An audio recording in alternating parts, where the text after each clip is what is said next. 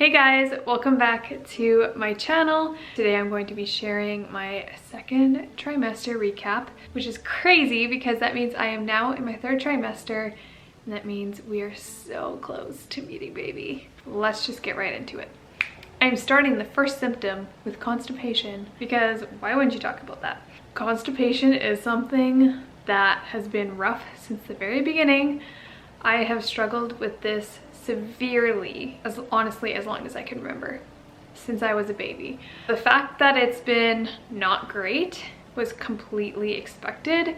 I know that progesterone and relaxin and all of these different hormones you produce and are normal in pregnancy and in regular hormone production causes more constipation because it relaxes your body. It definitely makes your bowels work extra hard, and it definitely slows it down, which is really, really hard.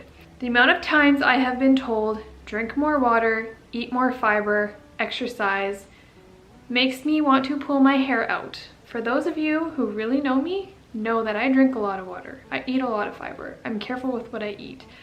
I avoid things that might really cause a lot of pain. People know that I exercise and I'm active. So when practitioners tell me this, I'm just like, One thing I will say that has really helped, and I only discovered this, I'm gonna say 2 or 3 weeks ago, was magnesium citrate. I do not recommend this supplement if you do not struggle with severe constipation. I would suggest a different type of magnesium. Magnesium is one of those supplements that I know and love and recommend to anybody because we are all magnesium deficient due to the depletion of this mineral in our soil and food, and it's a very important mineral that we need in our bodies, but sometimes there is better forms that work better for your body, and right now citrate is the one that is helping me, so I'm very thankful for it. I'm very glad it's been helping. I generally take it right before bed because that's when I notice after a full day of eating, my stomach is just really, really sore. The next thing is cramps, and not stomach cramps. I'm talking more about the cramping in my legs. When I'm sleeping, I often get a weird cramping numbness sensation, either in my left calf or just all over my left leg, honestly. I also have gotten numbness in my wrists, and the couple times that it has happened that was really bad in my leg and my wrist, it would stay like that for about 2 days, and it was very, very unpleasant. The next thing, which comes as no surprise, but I am extra clumsy. It is not uncommon for me to drop or break things, and this is weird because I try to be very careful with my things. I try to take care of them, and yet here I am always dropping things. I am definitely more clumsy now than normal. Another thing that kind of is common and relates to this is brain fog. Something that really irks me and is one of my pet peeves is when people call it mom brain. And I understand that going through pregnancy and being a mom and having your hormones shift and you're not sleeping well and things change, it makes sense. It's brain fog though. It's not mom brain. People are always like, oh, just wait until you're a mom and you'll experience crazy forgetfulness. And I'm like, do you know what I've gone through with my health? Do you know that that has been a symptom of mine for years now? Another one that I thought was weird but I realized was common was nasal congestion. I didn't realize I would be so stuffy. Typically I'm pretty sensitive to different smells. I'm allergic to like dog hair or strong scents. That makes sense to get stuffy for those kind of situations, but I'm just talking about like the daily life where I'm just doing my thing. I'm not exposed to anything that would trigger any allergies. The best thing that has helped is either by taking peppermint, or also there's an RC bottle from Young Living that I have that I would just like open the bottle and just smell it to get my senses back, And honestly, that has been really, really helpful. Okay, the next one is feeling a lot of pressure in my bladder. I know this is more common towards the end of pregnancy. I feel like a lot of these issues are just issues I had before, but I had a lot of pressure in my bladder previous to pregnancy. I also know that there's somebody sitting on that. So I notice even when I'm working or when I'm walking, I'm just like, ooh, like, I feel like I gotta go to the bathroom all the time. And I'm sure as time goes on, it's definitely been a little bit more of a struggle, but I was also experiencing that in the second trimester. The next thing is I have a huge appetite. I am a person who likes to eat a lot and can eat a lot and have to eat a lot to support my hormones. And I'm a very active person with work, and I like to exercise and train. So I know that I need food and calories, and with pregnancy, the further along, they require more calories, and obviously breastfeeding probably even more, way more, I believe. So I have had a huge appetite, which kind of comes along with having issues with slow bowel. That is partially why I've also been in a lot of pain, and it kind of just like is a vicious cycle. I'm either really hungry and not supporting my hormones and getting enough food, or my stomach hurts so bad because my digestion can't keep up. So either way, it is a losing battle and it always will be. I could just honestly eat and eat and eat. This next one is something I had no idea was a symptom. Nobody has ever told me about it. I've never heard about it anywhere. So the first time that it happened, I was just like, what is going on? And that is leaking colostrum. I think that started when I was 22 weeks. It can happen earlier, it can happen later. Honestly, I was panicking because I'm like, does this mean I'm going into preterm labor? Like, I had no idea. Yeah, that's been interesting. The next one is acne. What is a pregnancy glow? Somebody tell me, because I don't have it. I have struggled with acne because of wacky hormones, but usually it sticks to my face. Now it's on my face, it's on my neck. I have one here, I think you can see.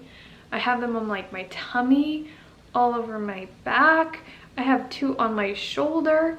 Like, this isn't sexy. So that's kind of been a little bit of an insecurity point for me, because it's already hard when it's on your face, and then to add it to more places, it's just like, why? Another thing that I've struggled with is headaches and migraines. Also goes back to having really bad hormones. I haven't noticed as many migraines in pregnancy. I think I've had about 3. But man, the headaches, intense headaches, have been more than I can count. It also comes along with neck pain, upper and lower back pain. Again, that's why I typically go to chiro, because it's always kind of been an issue. And there's been a few times where I have been told, that makes sense why you never feel good, because they can feel my back is so inflamed. I know that with chiropractic care, I know I mentioned this I think in one of my other videos, but it is super great to do when you are pregnant, because your muscles are loose and relaxed, which helps to correct your spine. I've been working with my chiropractor on that. She's been super great.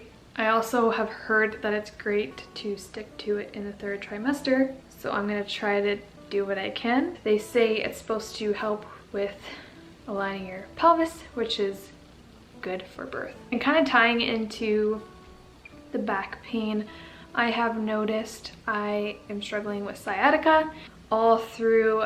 It's mostly on my left side. I don't know what it is, but it's my left side that has been causing more issues than anything. And I noticed it through my lower back, all the way down, kind of like through your glutes and my hamstring and my inner left thigh. And I have been limping for like a week and a half now. It is very painful. I am trying to do massage, chiro, and I have to wait a couple weeks until I can get into physio. But I've been trying to stretch. I've been trying to do things to help it and nothing's really working. The only time I feel really any relief is either sitting or sometimes leaning over an exercise ball to help the tension in my back. Knowing that this is temporary helps. The next thing is linea nigra. Is that how you say it? But it's that line that you get on your tummy that has definitely appeared, I think, just after 20 weeks. Maybe even before. I honestly can't remember. I think the stats were about 80% of pregnant women experience it. So I kind of expected that to happen. As for movement, I honestly can't tell you if I'm carrying low or high. I don't really understand the difference. I have a really, really short torso, which means baby can only go out, but I feel baby kick a lot, really, really low. So I don't know if that means I'm carrying low or if that just means baby's just sitting really low. I've had a little bit of heartburn here and there. Definitely not as bad as some other women. I am so out of breath. I'm not sure if you can tell. My husband called me, I think it was last week, and he asked if I was working out. And I'm like, nope, just walked from the kitchen to the living room. I will show you guys what my bump looks like at the moment. Oh, my legs are falling asleep. I am currently 29 weeks today on a Friday. Oh man, I feel like an old lady. I know I'm kind of cut out weird and I'm sitting weird because this is really difficult to do. This is what baby looks like. I'm in all black, so it probably doesn't help the way that I'm standing. Well, I guess people probably want to see. This is what I mean by the line and my belly button sticking out. Yep. I will say that the nail growth has been pretty fascinating. Usually my nails can grow long, but they start to chip easily and they're not very strong. Right now, my nails are really, really strong. They grow really fast. I also have heard that my hair has grown a lot, but that's pretty common. My hair just grows very, very fast. So I'm not sure if it's been more than usual or just kind of the same. It is just truly a miracle to be able to carry this baby. For those of you who kind of know my journey, this is just something that I often think about and just stand in awe of how good God is. Deep down, I believed God would provide a baby one day, but it was also hard because it honestly, when you looked at it on paper, it didn't seem possible. And obviously with God, all things are possible, and that is why I had that belief deep down. From being told you won't get pregnant without help, to having cysts covering your ovaries where I thought my chances are so low, to being in so much pain, to not ovulating. It's honestly a miracle. It is a miracle.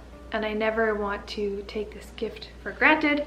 So as I'm sharing all of these symptoms and things that can be unpleasant, there is no greater joy than being able to have this blessing, and I'm very thankful for that. So I just wanted to say that because I don't ever want to think when I'm sharing about what I'm going through, I just want to be real and honest, but I also don't want it to sound like I'm negative and complaining. So just trying to figure out that balance.